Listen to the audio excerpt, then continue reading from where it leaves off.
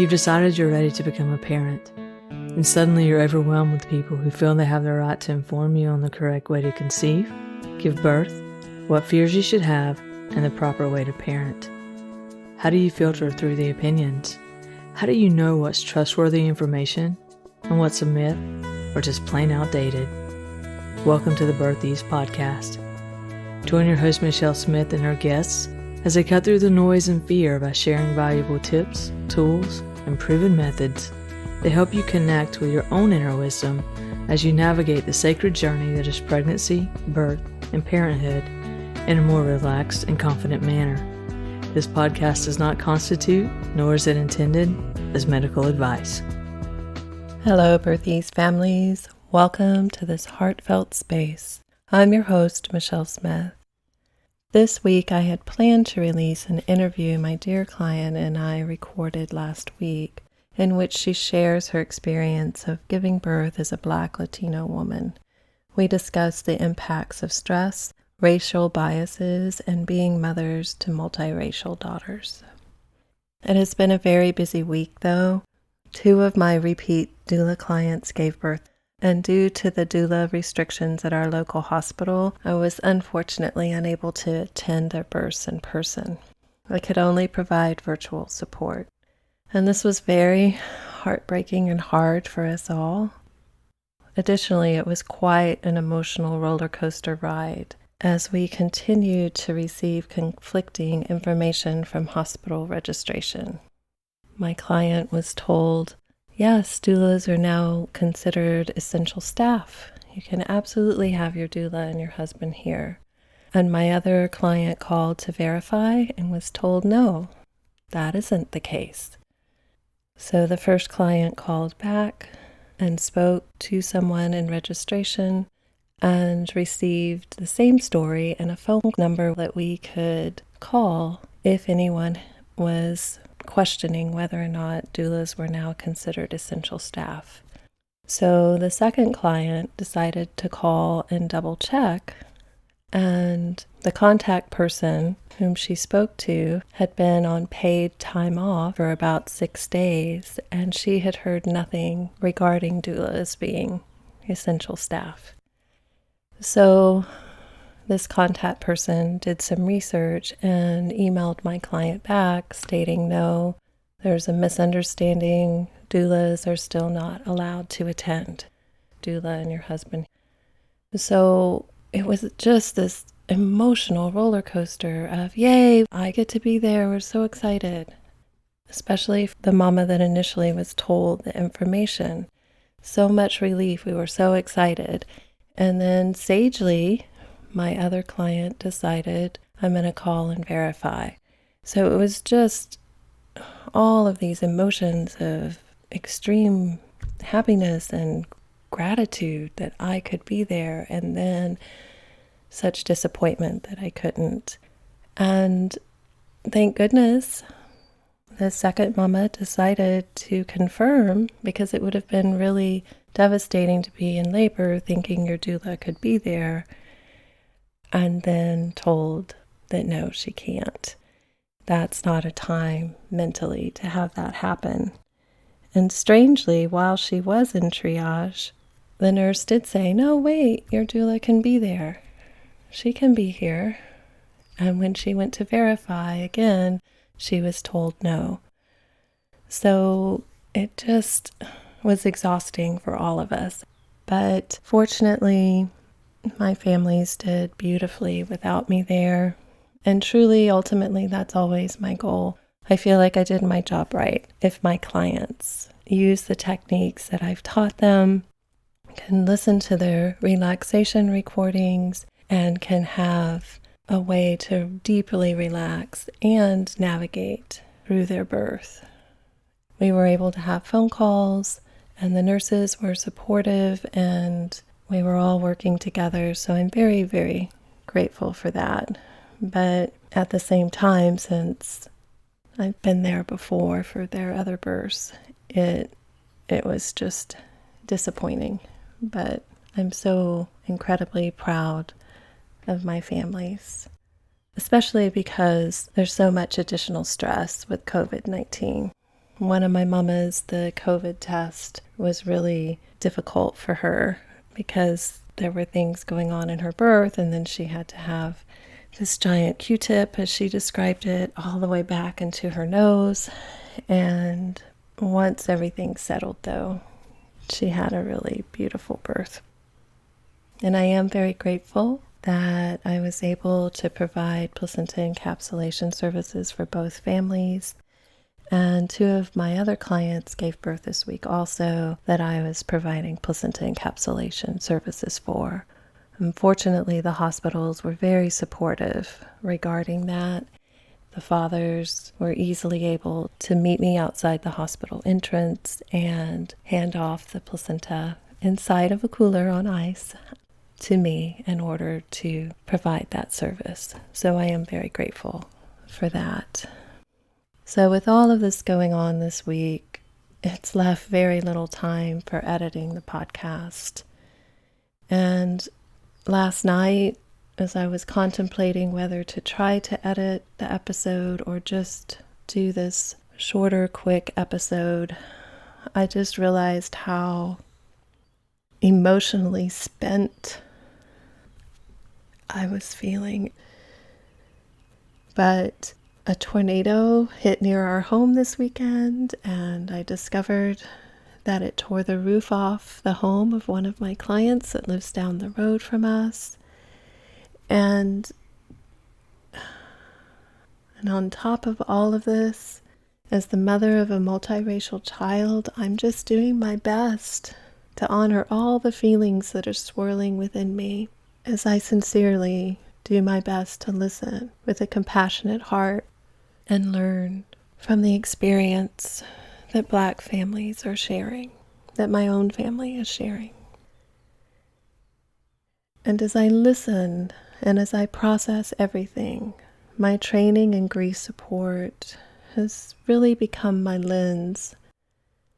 And globally, we are grieving due to the COVID-19 pandemic. We are grieving our lives as they once were. We're grieving the uncertainty. Some of us are grieving the death of a loved one or loved ones due to COVID-19. My best friend's daughter was sick with COVID for 8 weeks. It's been such uncertainty, and everything keeps changing. And most all of us are grieving the inability to see our families, our friends, our loved ones. So many people are out of work and struggling to make ends meet. And as I mentioned, for my clients and me, we're grieving the fact that doulas are not considered essential staff, and I was unable to support them in person during their labor. And that was and is tough. One of the mamas that gave birth this week, I have been present for everyone in their family, for sisters, sister-in-laws, everyone. I've been at all of their births. So that made it especially tough. And there are just a myriad of things that I could list that we are grieving as humans on this planet right now. We have the grief due to the senseless death of another and yet another Black person at the hands of police.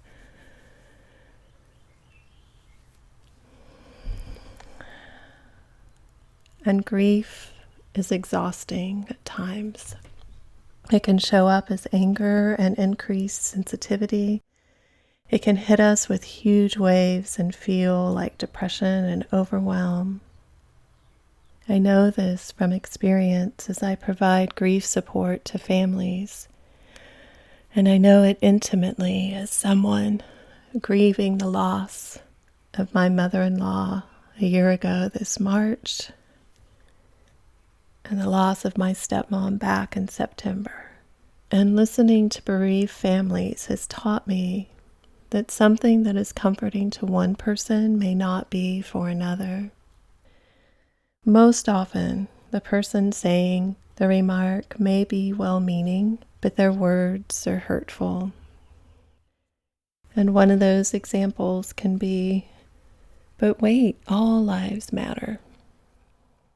And I understand the point behind it.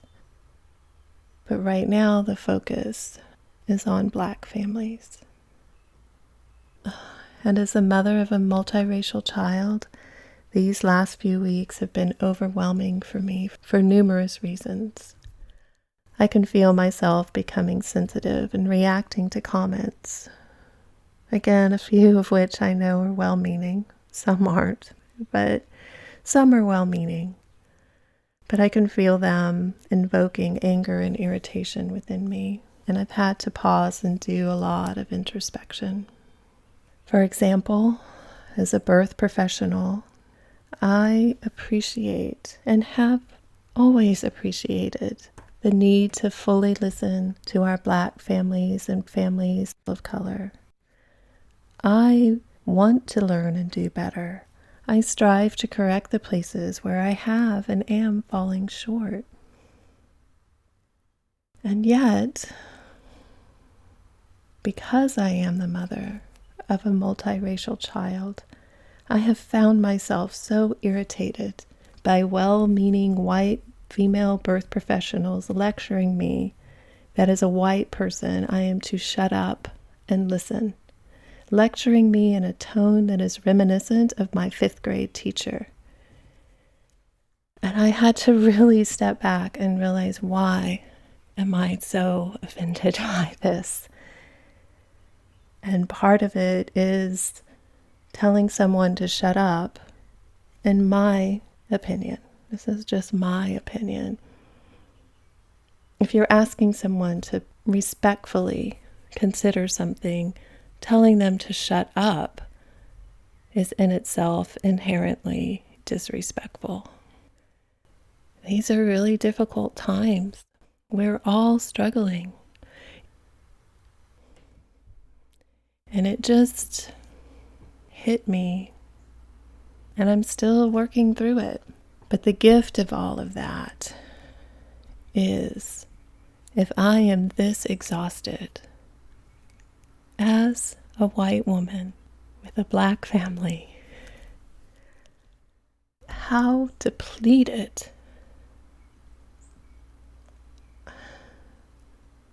our Black communities must be.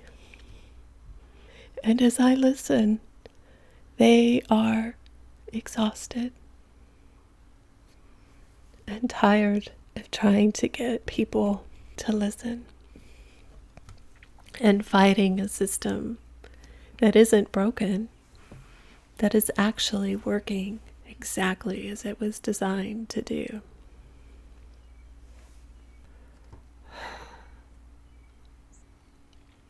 And as I sit with all of this, the model of how to support a grieving family has come to me. And in that, it's important to seek support outward versus inward. For example, let's consider a family that has experienced the loss of their child, perhaps due to a stillbirth. And losing a baby is such an inconceivable tragedy, and it shakes people to their core. And so this couple, if you imagine them in a circle, they're surrounded in a circle, and in this circle, that is their intimate grief as the parents of that child. And in this case, this will be their first child. So outside of that circle, imagine drawing another circle. And within that circle would be the grandparents to this baby. And then if you extend the circle out and draw another circle, in that next circle would be aunties, uncles, close family members. And then draw again another circle outside of these three, and that would contain cousins, very close family friends. And then outside of that circle would be coworkers, acquaintances, friends that are more acquaintances or aren't that couple's best friends. And the circle could even extend out again.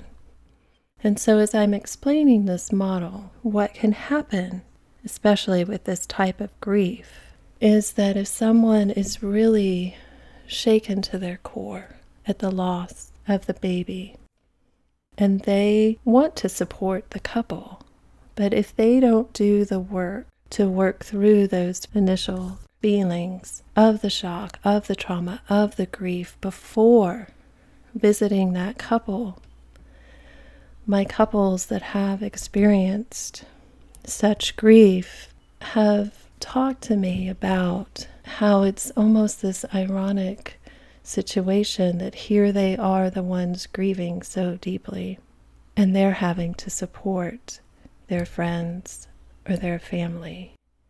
And it just places an extra burden upon them when they're already grieving so tremendously and they're already so depleted.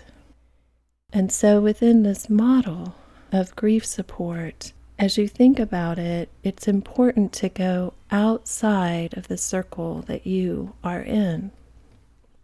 So the grieving couple, they can go out to any one of those circles.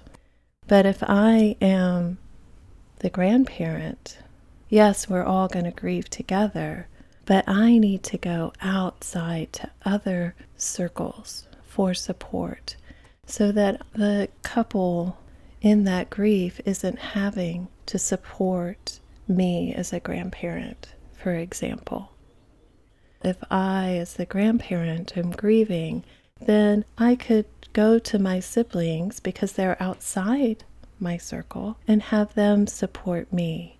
Or we can seek out grief support, a counselor, a therapist. We want to go outside the circle for support.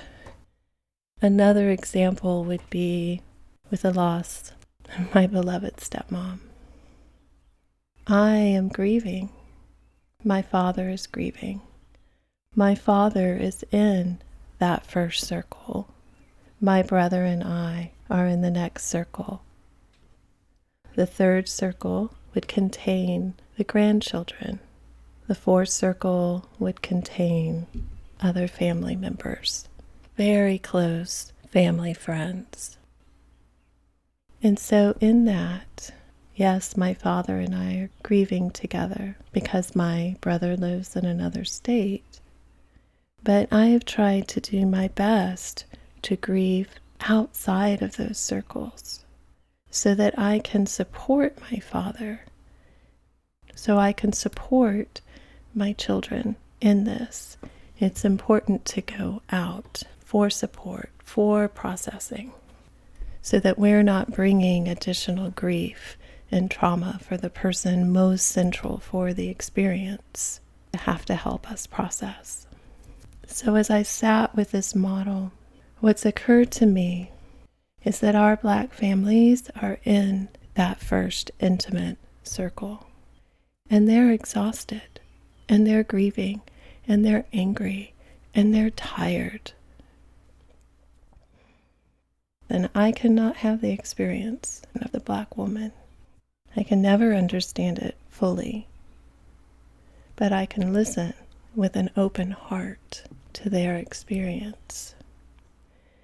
And so in this, I feel like we as white birth workers, or we as white persons, we need to go out to learn and do better, to bring awareness and for support, instead of going to our Black friends and family and community and give them the space to grieve and mourn and feel all of those raw emotions. And then as they feel ready to share their experience, once again, we can listen with a compassionate heart and an open heart. And so I hope that this model makes sense. And I do invite those of you that are white to begin to consider the places where we are just naive. And some of us have just been sheltered to the plight of others in our family. Some of us have just been blind and we didn't want to look. As a white birth worker, you may be seeing places within you where you realize that your biases have blinded you to the experience of people of color. I have no answers, but I'm willing to listen and to do the work. So much love to you all, as we are all awash in so many feelings and emotions of a pandemic, and the realizations and the places where our system needs to be dismantled and recreated anew. And as I talk with Black families and friends and colleagues, I understand why they feel a sense of distrust. Are we truly going to step up and make those changes? They are tired. Thank you again so much for taking the time to listen to this podcast. I know that it touches on many, many heavy subjects, but I feel that it is time to bring awareness and compassion into the lives of new families.